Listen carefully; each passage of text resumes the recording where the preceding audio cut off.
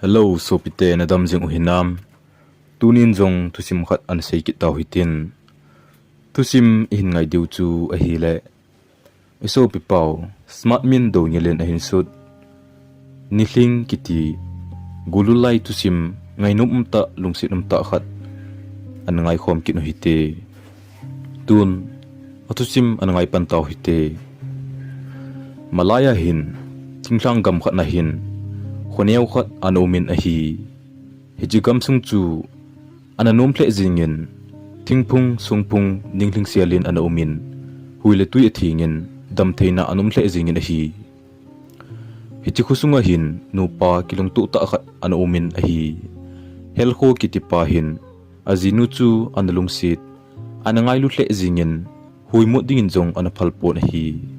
hizong le inchen dola genthei chaga an hi ji in azinu chu amade bangin anop sa sa zo boy alang khana azinun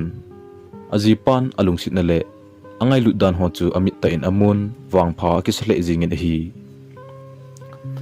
hichite nu pa hi khusunga dinga mi vet jui thei pen nu pa chu aung hi hlun tai amanin jong azo chan hunin angai dolin thingthlang le abol hunin nisim si in lowai akon hunin kilung to selin na atong hunin a hi le again thein lum hun haimil livin hin khuman nupta in hin khu chu amang hunin amani nu pa get ngai na le kilung tu ta in chen sim ai hlun zalin ain chen hun chu mu theijin ahung khang to ta na hi kum si le khusunga chang lemim si le bal ho penteni nu pa ahung do hlun tan amanin jong chang lemim azo ji hlunin sumle pai akhol hun tan sum ahol thun phanin inom ta en kisa thu hun tan a hi le khusunga dia amani in chen chu khang to pen ong hi tan a hi phalan kho che dung zuin a khusung mi te jong ang pung che che tan a hi le in jakhat wal ong hi taw vin a hi hichilai ta achun patin pathe bon zalin hel kho azinun jong naw a hin wop tan a hi le hel kho jong ki panan adim jingin o he tunwang kinip na ding le lungol na lungap na ding chale naw hinei tang ka ting mi pa khat khong hi ding hitai ka cha ka naw vin mi nei a hin thang si pia a hin o cha lo na dingin nelego kholpan tangi atin amasa asangin akya bol chen gin ngai ta in na atong jing ta na hi le sumle pai tampi le changlemim a khol do ta na hi azinu jong ahungai ham set jing ta na hi le hel kho in jong azinu nupte na ki chol sa in aman na atong jingin a hi le phat an che dung zuin azinun cha a hin nei tan a hi le pasal mel dei umta a hin nei hun tan akipan zal hunin amin chu wanglin asa hun tan hi khosunga dia mi in cheng ta chule mim ho pen ai hun to elgo jong kiwat hun talo hi ji hun chun khosunga mi hon angai sangma ma jingon hi hel kho le azinu hi pathin gingmi a hi na ban hunin insa inlang angai lu hunin khosung veng sung angai lu hunin hiji achun khosunga mei the chaga ho chu an khotu hunin ni le pon sil le chen ne le cha in anaki thu pi jing hlunin hichi go hilovin khosa kholanga gen thei leng vai honjong ne le don ding thumnan yamai na in anei jun hi aphat zal hun le gen thei chaga leng vai mei thai ne lo chalo ho aki thu pi zal hun achun achung huna mizo si akipa in pathe ebun achung huna pathian jong alung thlai hin tin amasa asangin ain cheng che che zo hun tan hi phat hong chal jing to kilonin wanglin jong aung khang do tan khulai dunga akichem le the hong hitai hel kho in azinu koma hiti hin seitai ven nangnu icha hi khunung le eni banga na to ain bola aung ki wa ading kalai anai ka do zo poi lekha simsa hitin nikhat le nom sata ulsulong lowa gunoi dainoi ni sanoya ne lecha ahin ki holon ding ati azinun jong nangpa ikhusung hi injakhat wal hitan lekha sim koima om poiji eini chapa hi khosunga da lekha sim sapen aung hi ding hi ka gele ka ki pa na khat a hi a phai tin a chou thon ta na hi hiti chun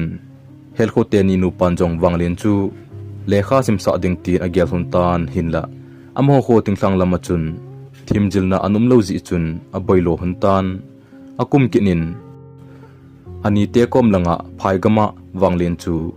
lekhasim din agatha do hunta na hi helkho tenu panjong kilung tu ta in ato ban hun atong kin hunin neilago akhol be beijing huntai helkho in ajinu koma nangnu nikhat le mihim seithei hi pun keijong jinga thi thei ka hin nangjong chuti ma na hi ipi chu hitale chapa changkhat sia ini hun wanglin khun gen thei na ain tolo na din neilago tampi kholdo pi hitte hichu ibol thei sun hun hitai tin a kyau thlun tai hiti chun phalen kho achin wanglin jong kumthun ting a kho uwa kum he hongmang jin school kai phle phai gam langa akinung le jin hi wanglin jong anu le pa kinep na bangin chapang se ngai ta le le khathem ta pumin ong khang len tan class 8 chan an sim tan hi hichlai ta chun I hungti tam itile khunung vainungin wanglin anu naw hin vop kit tan hi helkho injong agial le achapa wanglin golhang di ta a azinu naw ahin vop pit chu alunga ki panan antim jing in na hi le umji toji jong ahemo leujing in hi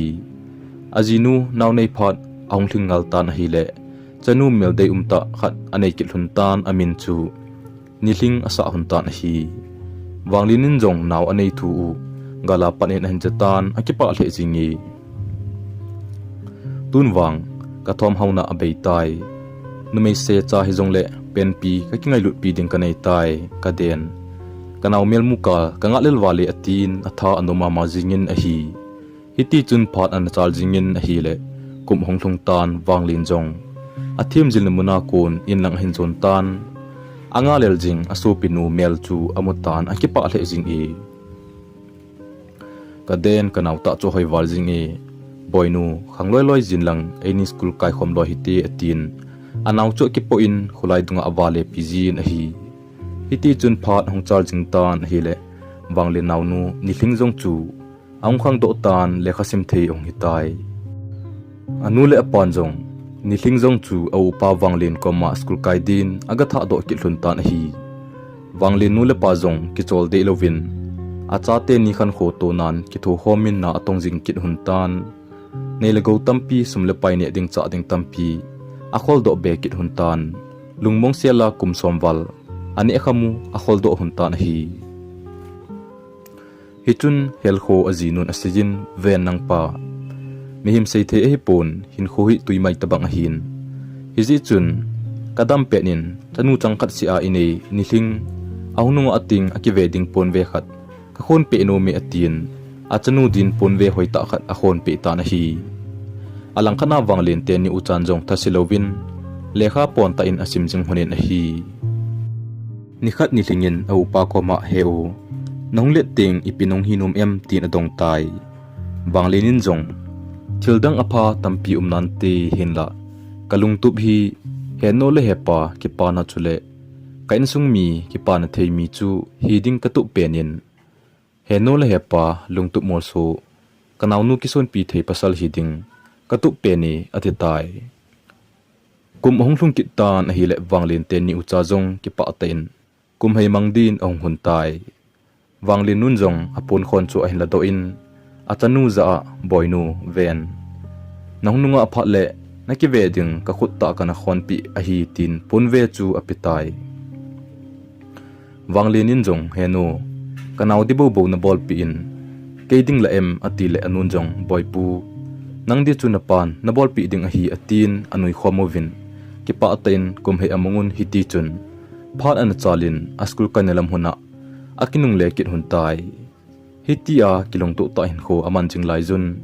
hetman lo ka in wanglin pa chu ahung dam mo tan a hi le anat na chu ang kho che che jing tan zendam din akidoi te pon a hi hizong le azinun athei top son ajentan akhon nan wanglin pa chun achate ni le azinu ngai ta insung mi te da hlan pa koma din ani ki chol do tai wanglin pa thi zanin amang asitan jingka ang tho chun amang chunom asat poi ole kanule ka pahin boina ato hi deham tin lungno mo ta in school chu an zon tai chele wale na boito thingthlang kam hi to a hi le wangle nun ajipa thi chu acha te ni a het sa tapu na hi chapang kho hello ki sei pi le azo le festival thunin tin boilon te kin apul ka do jong hi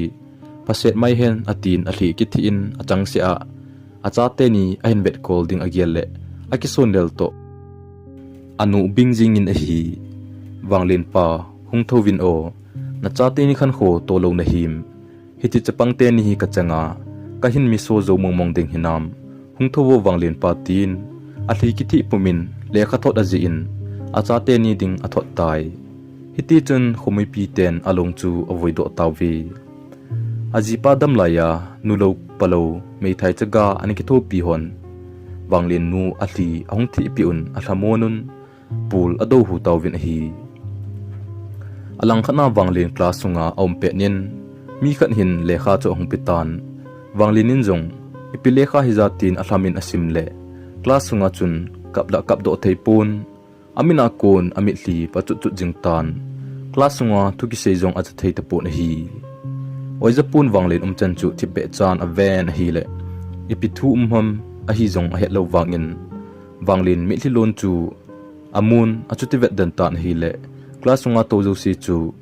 au pu be hilin athu ala a het lo wangun wanglin chan chu thipe chan aveun ato na che uwa konen apau pu be hilin omlo tawin a hi khat le khat agua a kehovin ipitu hi tidam tin akigong do tawin a hi oya punjong avet lel pha na chun a hin nai phejin letal chu sim de ti le wanglin mi hlin wala achun letal chu achop de jingtan pen tuizong sim theilo khomin amit hlin alon khum tan hi hichun ozapun wanglin ipitu ham hin sajin tin asol tai wanglin in jong kapa ti le aban sebe thelowin aum tan hichun athu chu a hedo thengal tawi school bell ain voun wanglin party lainat pinan school suti ekila tawi hiti chun wanglinin apapu ado to anu hin khumanding agelle alung athom haule jingtai anawnula lunggel sene the hinai pon thil hian the hi lo ji chun imazong seipi poi hiti chun phat hang char jingtan hi le kumthun na ding ahungnai tan hi alang khana wanglin nu jong azipul ado to acha te ni hin khoding agelle aveisi lokitan adamo ma chajing ta na hi hiti chun kijen to na to akople aung ha damo che che jing ta na hi hetman lo ka in kumhung tlung tan wanglin le anaw nu jong ni dang ki pa na bang talovin in lam a hin chon thlun tai in ong thlun hun le anulim le mel man thei jong ane tapun alung gel gel na le adamo to hi le asam jong na kangtan gong chit chinin anaki jamin lel sa san acha te ni na vai hlun ta na hi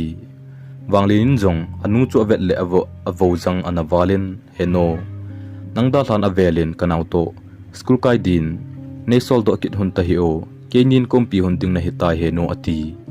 anun jong boy a hello lo se hin lekha sim ti lo thil danga boy hi in boy ati hiti chun kum hei jong hinai lo win wanglin un jong anat a hindel che che kit tan hi le dam zo ta lo din om tai anu jong adam do zo lo di akigel phanin achapaza boypu ven mim hin kho hi tuimei tabang a hi je boy izem ti a khongdam to zo ta lo le ven olmo hi in napa adam laya nanaw to na ne na cha hunding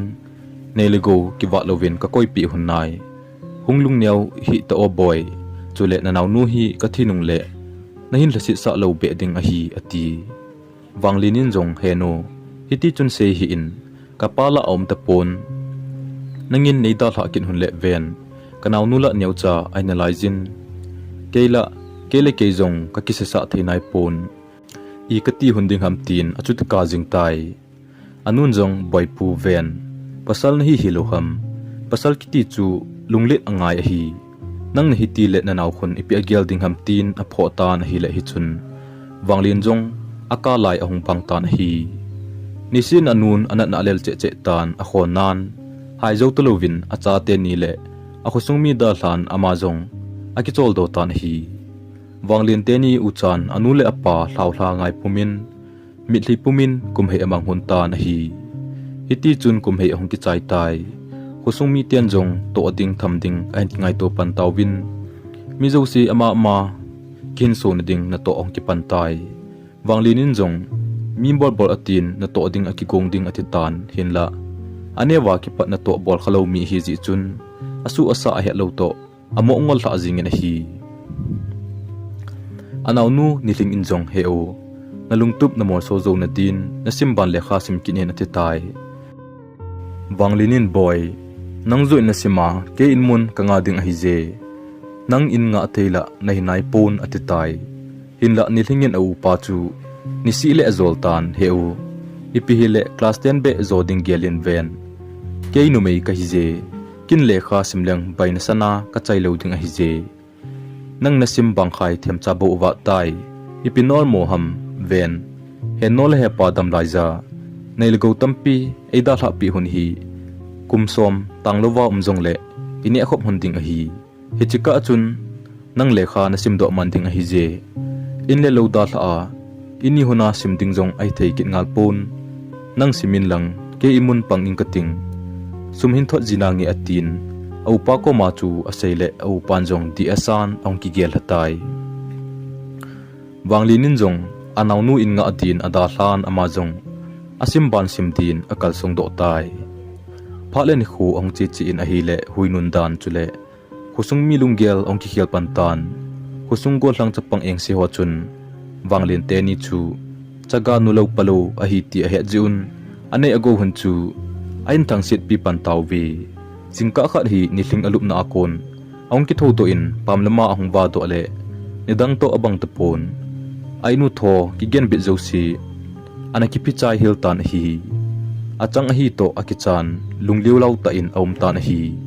hinla ahin khuwa alo thelo pel thelo atu dinga tha in aki gel hun ima sailovin au min hi hiti chun au pal si le sum athot jin akichat no thu akhusung mi te chalo dan chu au pa ko min ayim tan hi angai bangin jing ka khat ong jing thau ki tan hi le achang koina hun in chu anaki phila ki tan chang them chiket bo nom tan hi Nilhing jong alung anawalin seiding la hepon kaden henol hepa nangni damle chun hitin hin kho mangpongi tun chaga hin kho hi min anup numa e hiti boltan ila kalo theidi poi ati achuti jingle ni holji henailo a hi ji chun changhung be di chu agele apu nawalin chapang hi wangin housete na aga chi in ain hong sung thoki kai khum a phi nu to achang agu chai de chenu thu chu ka pumin aga seido tan hi le housepun khothang hin samtan tukal koiman wanglin ten ni ucha agu ala a achom thelo ding hi tin seitai hausapu khosap chu khomite thakhat ahung phaun alakinin ain gupan ki tawin hi zan khat hi Nilhing jong ainu chu akisu pu gin azan numei chapang a hi to zanui achun aki achan alup namuna kiting pumpumin mi hugin chu angai thotai jingka ong ki tho ki tan ain sung chu avele na hi le armera sung van ho anakile athang de ekinin anule apan sumle pai tampi pi aman ni ucha ki wa na dia an koi pi hun ho chu anogudo chai tawwe hichun window ga vele window jong aki hian hong san anom ki tan changin ga vele achang ho jong anabei do tai anule apan changlim ada tha pi hunla agu chai tawin opa sum thot dinga koi hola zan khat ka in anagu chai hil ki tawin hi le hausapu ko min achin athu chu lungna tai na ga seitan hi le hausapu jong Nilhing chunga anul hang za jingtan ipiham khat vein sei le apatai avel velan hong sei kin ham atin anasian sal za tan hi le Nilhing jong thlase ta in ong kinung le ta na hi Nilhing jong ama le ama ki gel tan ka den ka upa sum thot dingla agudo chai tawin ne ding changla kanei ki tepon I kati bib siu diu hitam ati hila tilso ju si chu upa ko ma sei do tapoi zan ong hitan aki achatan guchahon ainu achom ji ji uchun aloi nu khat gi pi din ag ki ko tan hi hinla aloi agol ho gi pi dinga agatem jo si chu anu tewin anaza da ji tawin koima gi pi ding jong khopi chu te machun akima zo tapoi hinla anule apa dam lai chun loile gol an ki wat po na hi azonan aloi nu khotin ning te ina aga che in anu ko machun heno kachanga ka gi ji le nom the ka sapon kaloi nu ne hin sol pi thei ding ham tia hung tau ka hi je ati le hotin neng nu chun aven avo jang nat pi le jing e hi bang mi hosa tu agen thei leng vai ta anu le apa dam lai jin la ai nu khosung mi khoi ko lut abangun ne le don ki hol nan ani jun sumle pai thum nan amangon tun chaga khat agu ala ina bol kinun adon nom umlo tin apona valen achanu chu sol pi ta na hi zan hung hi panin gu cha ho hung ke tawin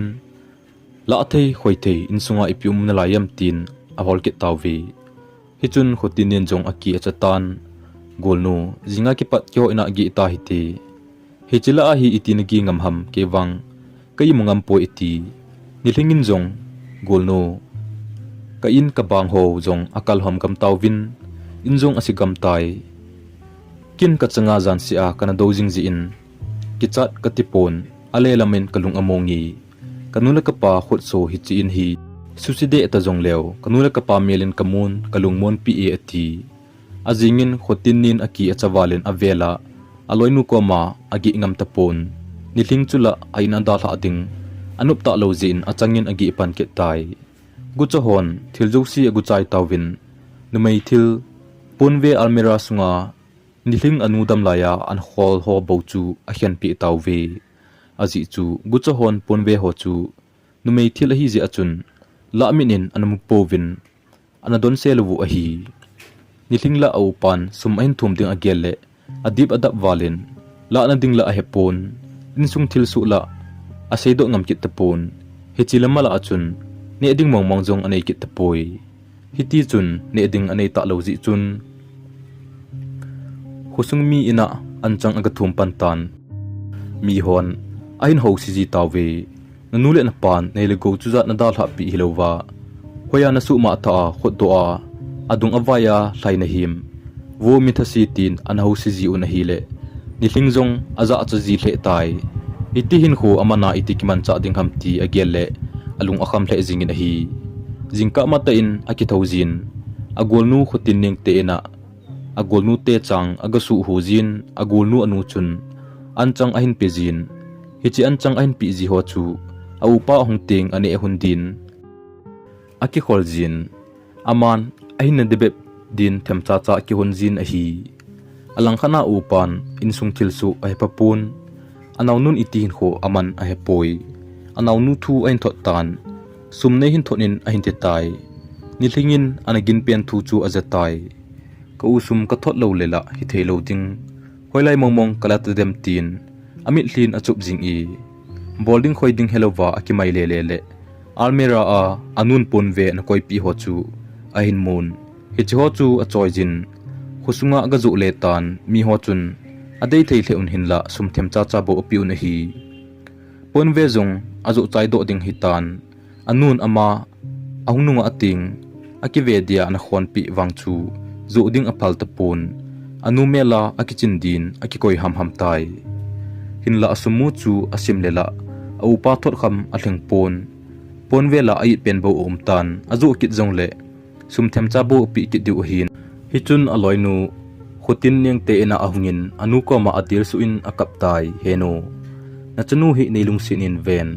ko upan sum ahin sejin in sunga pon ve juk si ka zu chai do tai hinla sum ahleng po heno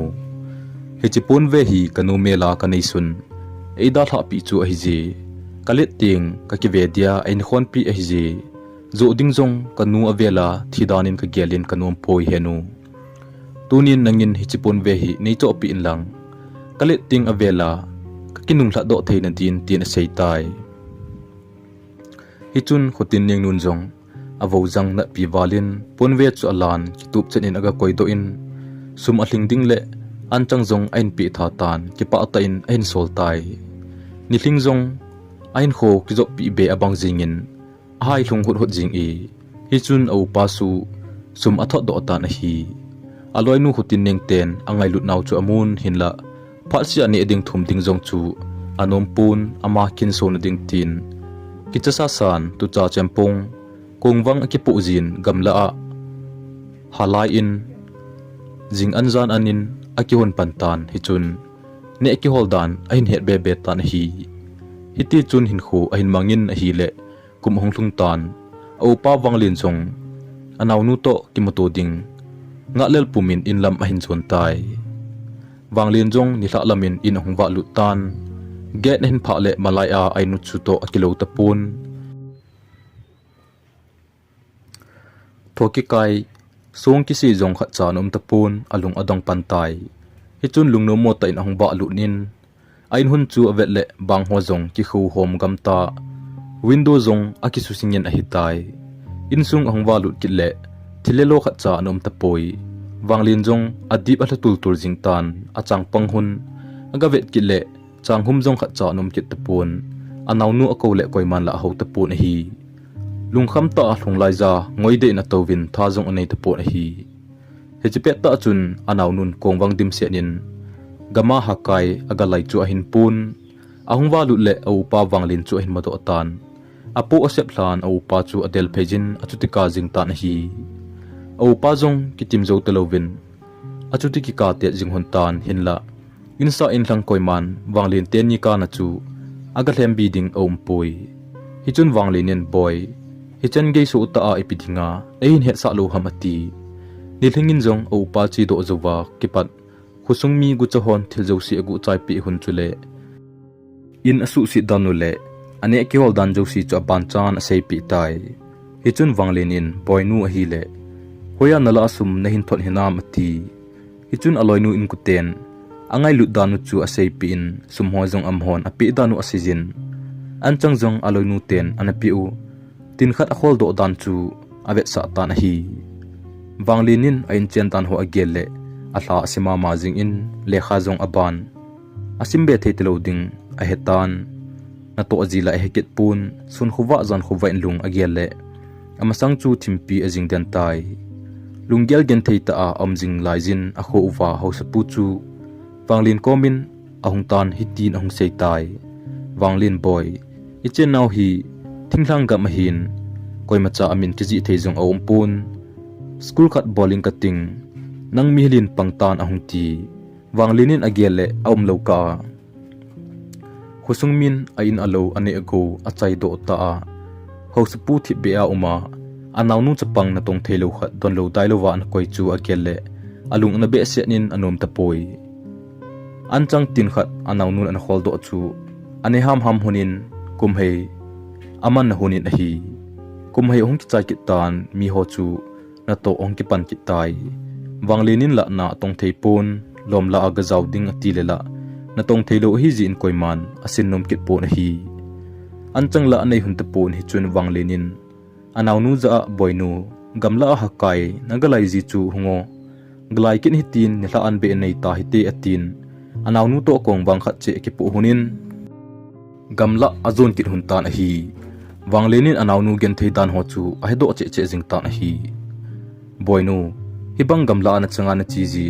na ki chalu ham ati nilhingin jong heu kachi til achun ka ki achajin hinla alo theilo din mun hi pha na thi sangin hin apha joy ka tia kachi chile tunwang kho ka sata poi ati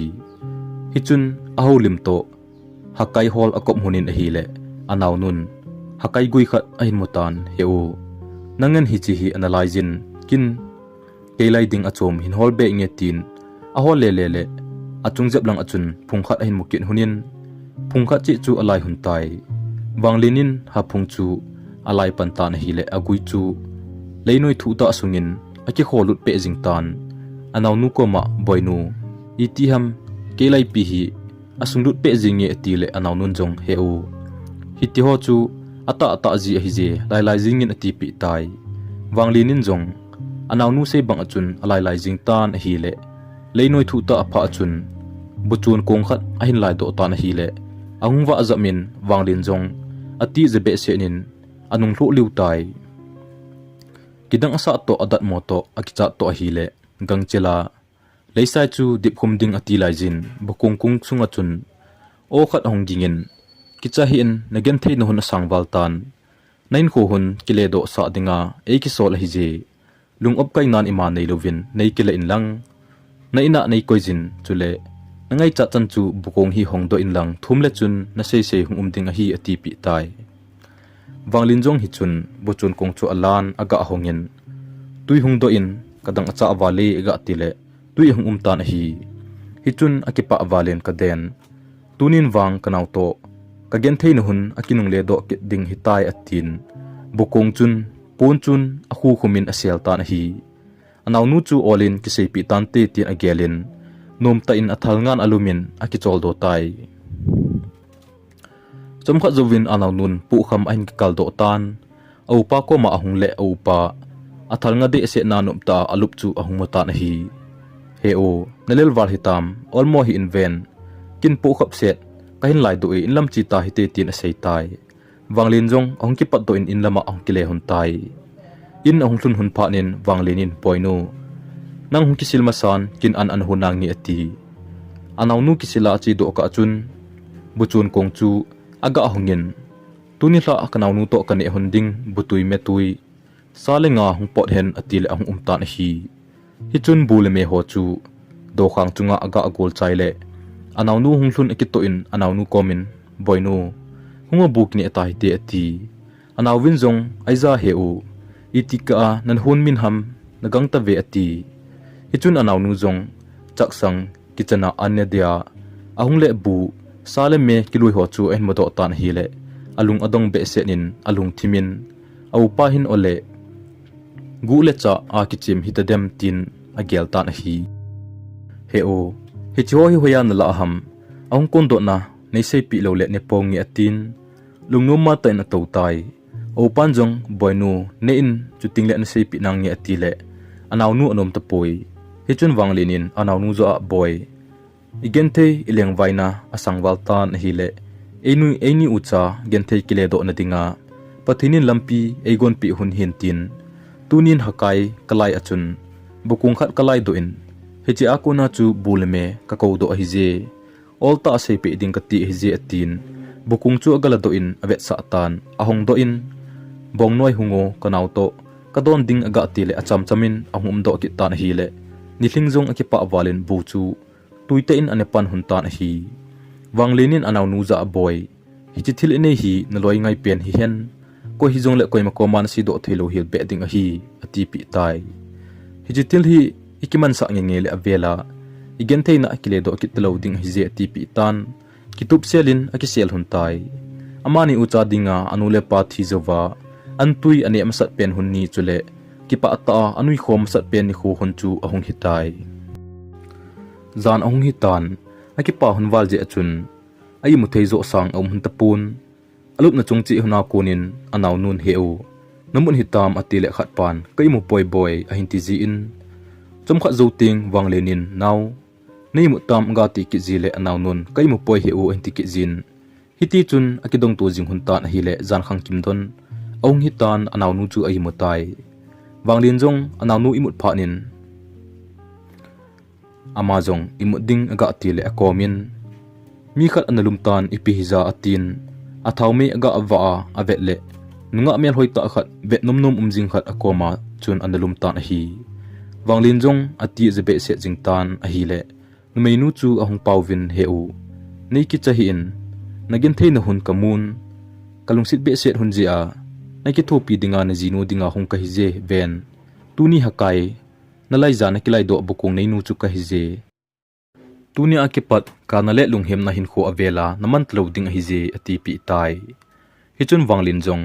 alung anomotan nomin akichol don numeinu chu ji na nei tan hi wanglin jong zanin alung geltan gangtela hodo ki ding chu akho aveng hon ahin ginmo ki diuzi chun lungthim thu tain agong pan tan hi hiti chun jing ho hwa tan anaw nu jong matai na thodo in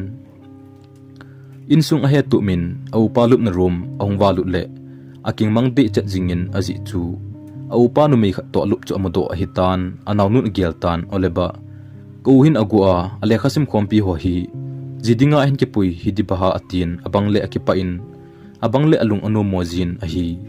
numeinu chu hoita vet le hoi sawalin atui vet vet pe lai ta chun numeinu chu ahung khang tan hi le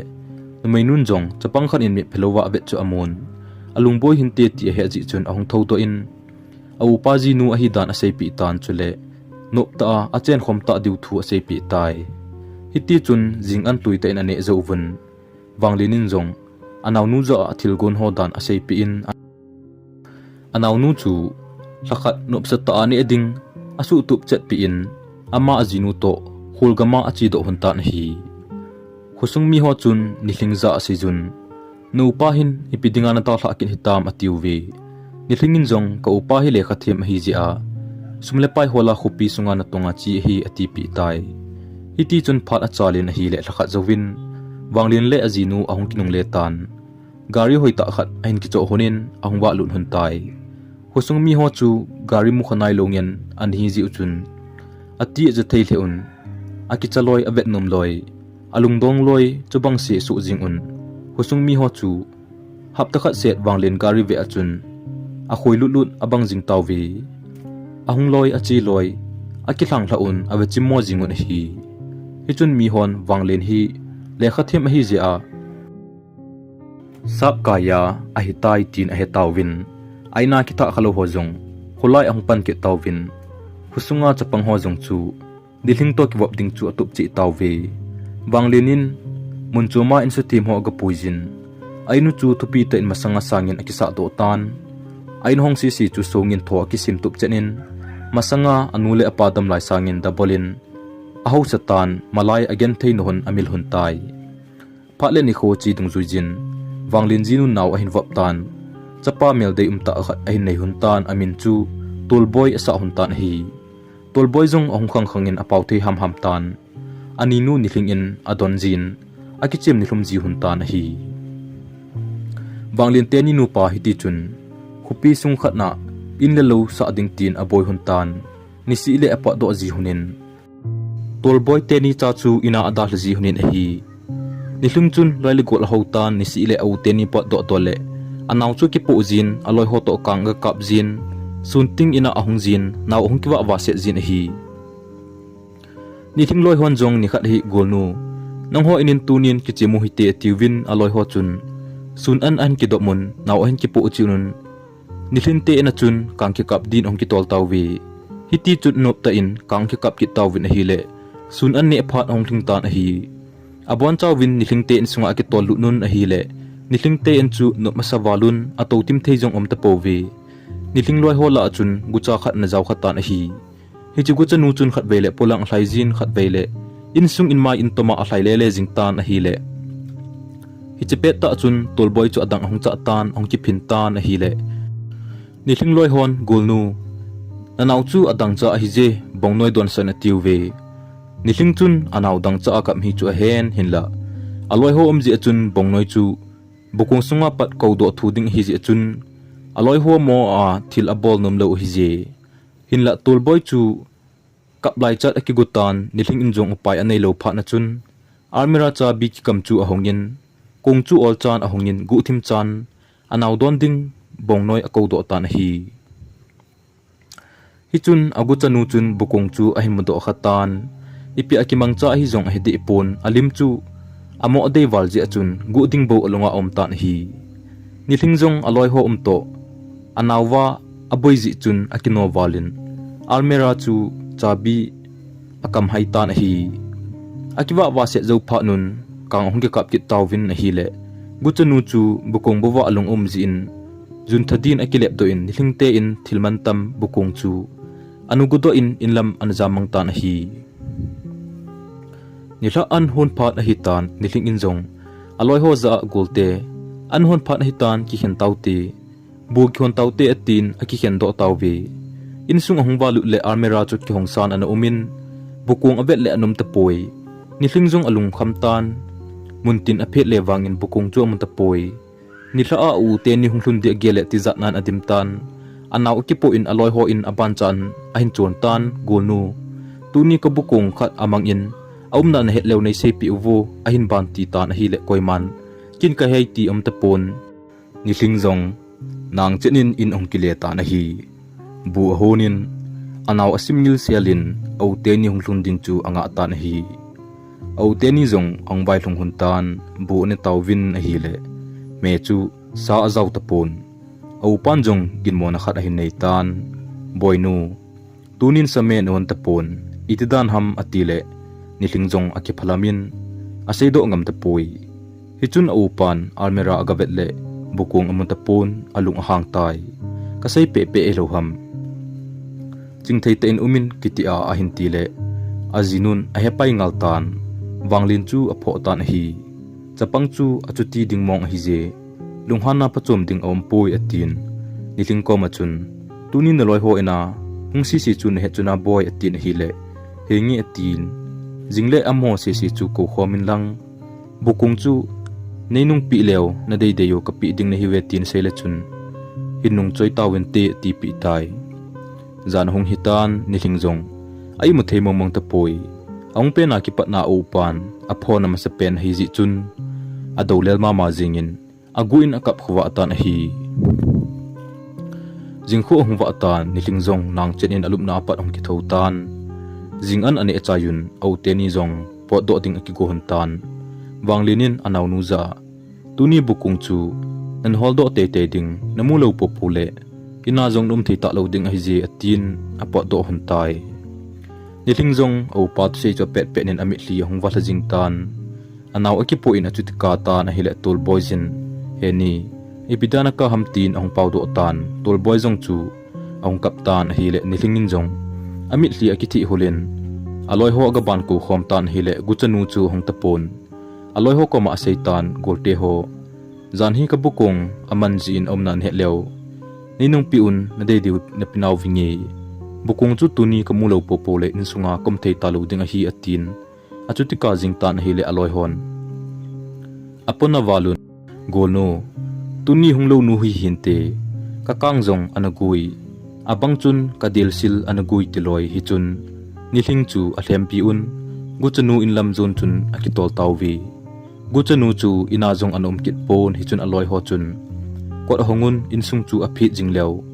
bukung chu amudi tapowi a khon nan ain wel dung ham pala ho hol kinun hi le lingbo la abukung chu hen mudo tawin hi omdan chu guchanu chun bukung agu chu anule apa akicha ji a insung choidut ngamluwa lingbo la chu an sial den da na hitai nilingin jong bukung amu achun akipa awalin ahin na kizo pi be aba sa jingin aloi ho chunga akipa thu seitan nilum kezin angai bangin nupta in kang akichim ki tawwe hinla niling chu nidang bangin akipa zo ta poi phat khur khat le au pa tu sei chu anakola ong jingjin atha ong si jin a hello kain ami hli ong watha jin a hi le aloi ho chun golnu tuni i ti na him adam lo ham tin adong uwe hinla nilingin a seile min bu si ka vele kamit hi pe a hi bowe ati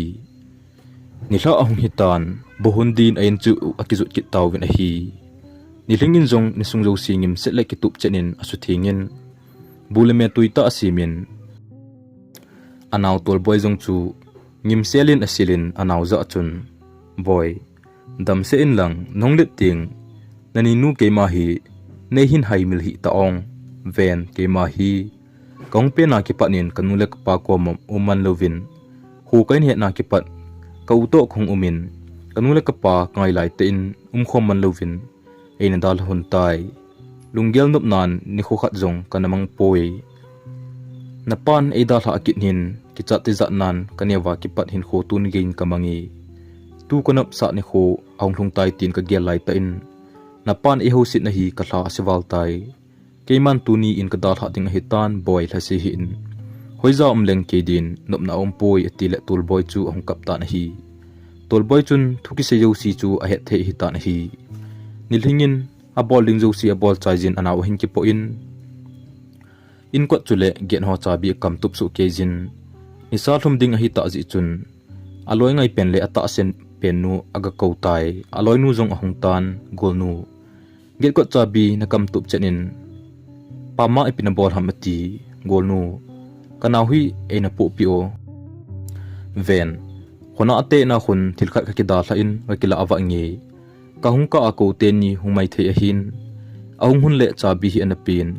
kong pai de tai atin aloi nu chu ana opo sa in chabi to apin khuna lang a hin jon tan hi nisala ahlum tan nilingla akinong le tapon aloi nu jong nilingte get na chun tolboy chu apun adingin aloi nu anga ajing tai hi chun wanglin le zinu ong hlung tan get a hin pha hun le niling loi nun anaw na pu cha mo hunin wanglin nin jong naloi nu hoya chi a nangin chabi le naw na po ham ati nithing loi nun jong ka gol nun thilkat akila nge atia kauteni ongthun masat le chabi le naw anapin ati pi tan hi hechun wanglen te ni in onghlung hun tan hi le in sung in po chu thing selin kitup chanin an umin buleme amin sana an umin amira gavet le bukung jong anum kitai alang khana nithing jong opan bukung nohol do lo po le in sunga num thei talo ding ati chu alungnat wal ji achun ko uthisan khana pen khom pin bon keisanga bukung angai lu zo le thijong leng koima athas ding umponte hiti alungen thei ka tho jing sangin thileng nawa do tanti keiding le meeting in atin gamang la chu azun tan hi nisala hlumtan waikon ho in lam zonin ong kitol pan tawin waikon ho to akitu ding ting le thingphung le a akisel jin hiti chun aung hung le au pa to hakai analai namun hun ain patai nithing in jong hakai alai namun hun chu atowin akap tai heu hin kho hi tibip siu hitan ham tunin nanaw nu building nei lo kapena kipat nop na him changzo lo nu hi hulsin tu mai tangi hinla nangle ka unu chule kanaw tulboy kathi nung ting hamjang hung phawin tin ka thlawi atin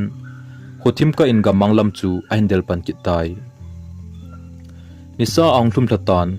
hu angmu chip tan hi le waikon in lam zone ho jong au saw athip chat tan hi nilhingin jong azut zot na ding jong hoila hi he chom de pon gamang nui achun amanon donin ahung pe tan gam sa hang khat to kitu ing kating agil kila oiwa nawin eine mai ju hentin akigel hutan hi hitia ahung jinglai achun amasang chu chi be ne theilam pi ta poi achi be popo le anuilang chu kol ahin asana sanjing hitai kol le chunga chun kichapum pumin atowin anule apa kowin akap tan hi heno tuni na chanu hi wana konin nehin vetimin ikati ding hitam ong heno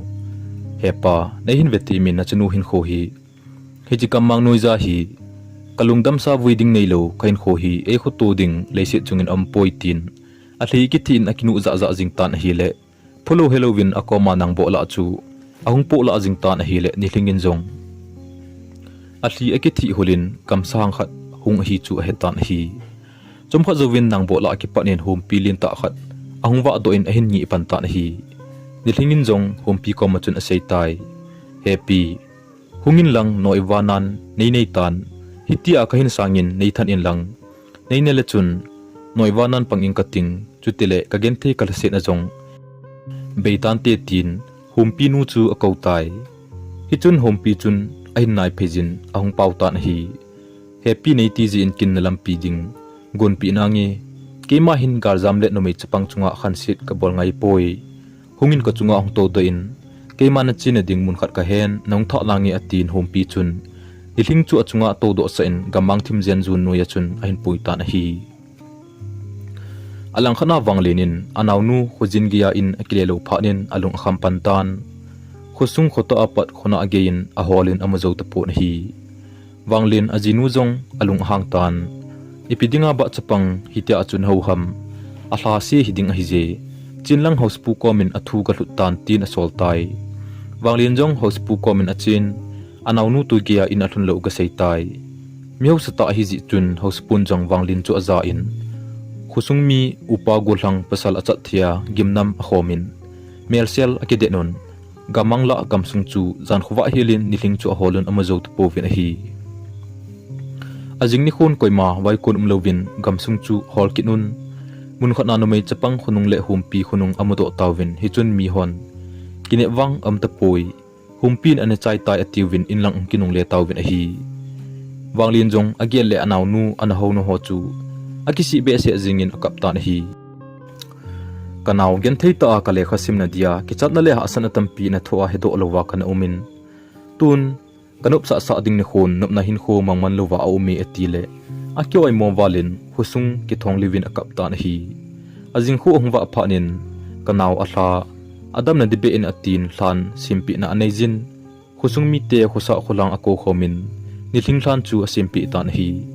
alang khana nithing chu hompin sungku a omsa tan hiti chun ne ding cha ding hompin holpi in ain choi pi jin hi phale ni khu hiti chun ong chi pe in hi le nithing jong ahnunga tan amial hoilai ta de om lai ta ong hitan hi chun humpi nun jong achunga ato sa in khomul khana ong tha do tan hi humpin Nilhing ko machun tunu tunin nang hi chi khosung khu zon tan gen the ni le ki pa ni khu na nei ting nei hin sumil hi be in athetai Nilhing in jong happy na hin sumil pongi hinla ki pa ni le gen the ni ka tu ting iti ka hin het sa ding ham ati humpin jong na ki pa ni khu le na gen the ni khu ting ni tha ni sa hlum ding khon ni dan san lai ta khole humula hungin lang ai hu hin go nam le chun hiting chule hung tangi atin ki thalel ta in aki vai hla hlun ta na hi Nilhing in jong a hi ki o chu asu hlan humpi chu pin happy avela ki mukit ka sin an kitchen jing tan tin khosung chu a hin jun tan humpin ale mangizin mi hli hlan ave manghil tan hi Nilhing jong ong hung le khosung apha di ko na chun badung khat alongin aki hlongimin amai ga ki phet le TSP khatnin thing a hin pon TSP jong chun tui a hin don pan amai ki phet nin hi hi chun TSP chiding tia ga ki go na chun Nilhing in jong ham happy kin nen po pi nangi atin thing chu a hin pon khosung a hin zon hun ta na hi TSP pin boynu nang hoya kon hung na him na min ipiam tin adong tan hi le happy kamin Nilhing a hi je kapa cho hi le hel khu a hin kanule kapa thetan kau pa to azinu to achapa to akyo ka chengun hi chikam langa hi kongma walut kha hi atile TSP zong apeng za jingin hel kho chu ka sobu pa hi je boynu te hi nani nu ka hi ding dan hi je ichen naw moli hlang ki gamlat jia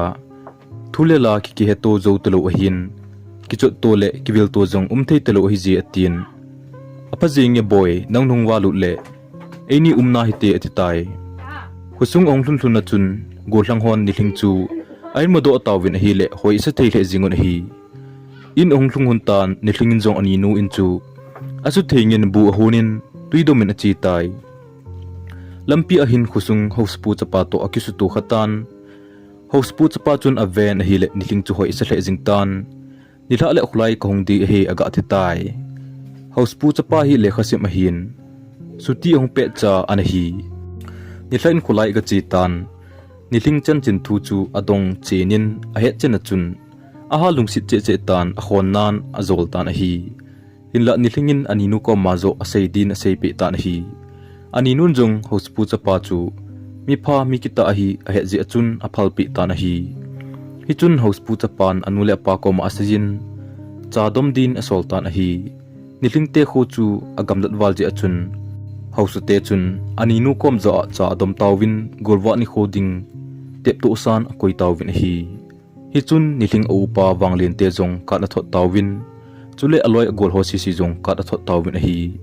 alang khana wanglen te nu pan ka chu amon tan ahung do honin asim hun le anaw nu Nilhing athisa koya ahlan jong asim chai sa nung sanga anaw nu hin thu golwa lo pi ta bolding thu aza achun au nu le upa zong akipa awal be set hunin kipa na zal achun akap jing hun tan hi achapa hun tul boy jin zong ani nu chu an het man hi ta ji chun ani nu mel mukal nga lelen hin kho amang tan hi husunga aloi agol ho Nilhing dam thu za pachen kat muzo si chu akap lo behelin au mun hi chule Nilhing aloi ho la guchanu bukung gunu zong chu agial le akisi be set jingtan anu ko ma sei tai heno kaloi nun hichen gia ke ji again the an tho nung sangin zong vedan na le the na imani chom lovin tunin akipani hogein sumil de lovin ka de hin pen tuni hin insunga dia ka I pen ama dinga thilkhat ka pi dinga hi je tin akap ta na hi a khusung wa chu aki gamlat walji in ni khu khat masangin aki go un a khu thingun aki tol tawin hi alang khatna golwa na ding chun khomi te jong na sata in anki gong tup su tawin jinle leng ho ananga tawin hi je Nilhing in zong anaw tol boy amunom to au pale au nu chule aloi agol ngai cheng hunglun kal nga alel pumachun aum laijin anglung tawin hi galapana au te aloi te chu aga amutan hi le adel pejin aki koi to un akap lo behilin a umun ki pani kho chu ki pana zalin athilung so hilun a hi je Nilhingin tulboy chu apomin kaden kanaw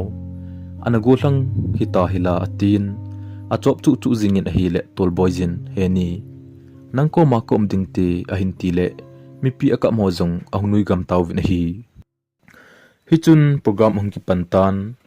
lopita a akigom huntan nilhing loile golte zong aholim chi un kipa thule aloi nu sei phatna piuvin hi wanglin zong aholimin anawnu hin khutusim le ama hin khutusim ain se echun amati mipiti ahli longlo abehilin hi nilhing aneu laiza aloi ngai pennu hongding to kinen nilhing anun ponve an hon pia au pasum tho ding ti a anazu chu aloi nun anu koi tup chetna ain po pin mipi lain atusim sei to apon chu ave pin hi hiti chun ki pa ta in kin chu hen chai tawvin khusung mi tele jinle lengzo sin ki pa an kong om tawvin hi le nisa ong hlum guta nilhing injong humpinu to anikitep na chu ahin kel do ta na hi wanlam aga vetle lidang hong santan humpinun tunu ki pani kho na nei ting ne hin sumil in ati chu ahin gel do zi chun aji ding pa ko ma asijin khona lam adel ta na hi wadunga chun ai aman pa in khumola mei agati in ai chu aga agaw nam tan hi le gala panin humpinun ai nam chu ahin jatan tuni wang katunu hin ki pani kho anei hitanti atin humpinun jong khumolam chu ahin del tan hi le nilhing chu ahin mutai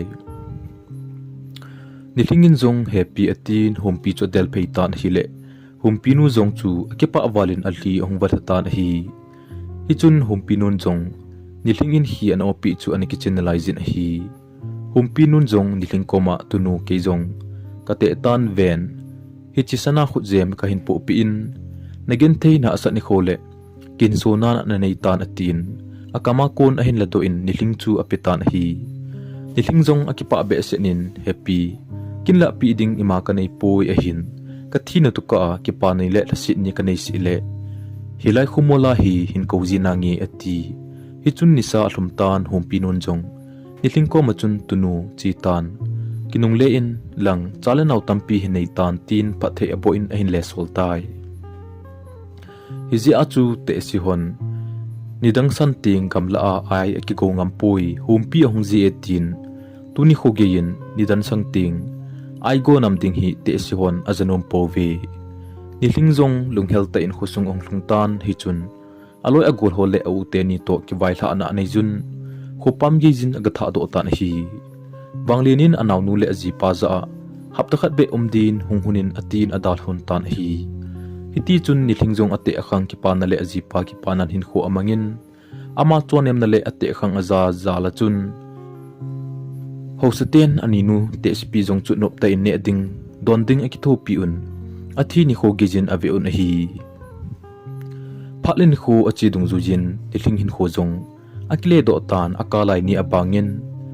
chapa hoita khat anei to hlonin hosapi mithupi ta ahitan hi chapa anei lathum zovin au pa wanglin te kho a khurjin din aji pa to chapa to agachi tawin hiti chun u te anin lopi ta in analem honin hapta khat set ani chon sa on ta hi wanglinin anaw nu za boy ni ngai damin kana SEIKHEL ho ven a hingdinga kana ta san ta lozi in